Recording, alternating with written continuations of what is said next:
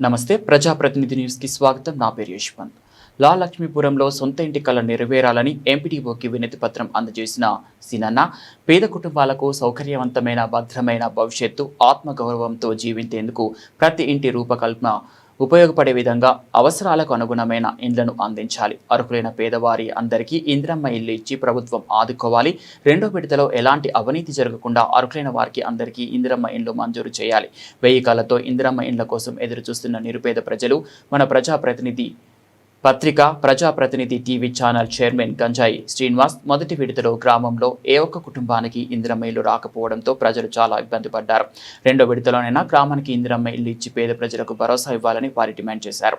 ఈ కార్యక్రమంలో పాల్గొన్న వారు గంజాయి పరంజ్యోతి, శ్రీపాటి వెంకన్న, ఎడవల్లి ప్రభాకర్, వానరాశి శ్రీరామ్ తదితరులు పాల్గొన్నారు.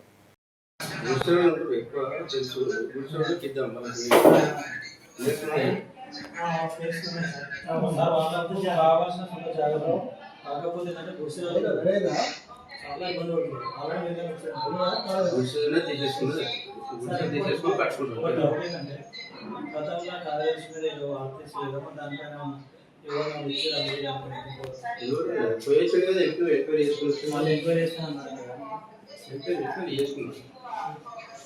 మళ్ళీ ఏం చెప్పలేదు, ఎవరే కాంప్లైంట్ కూడా చేయలేదు. ఎంపీ సార్ ఉండే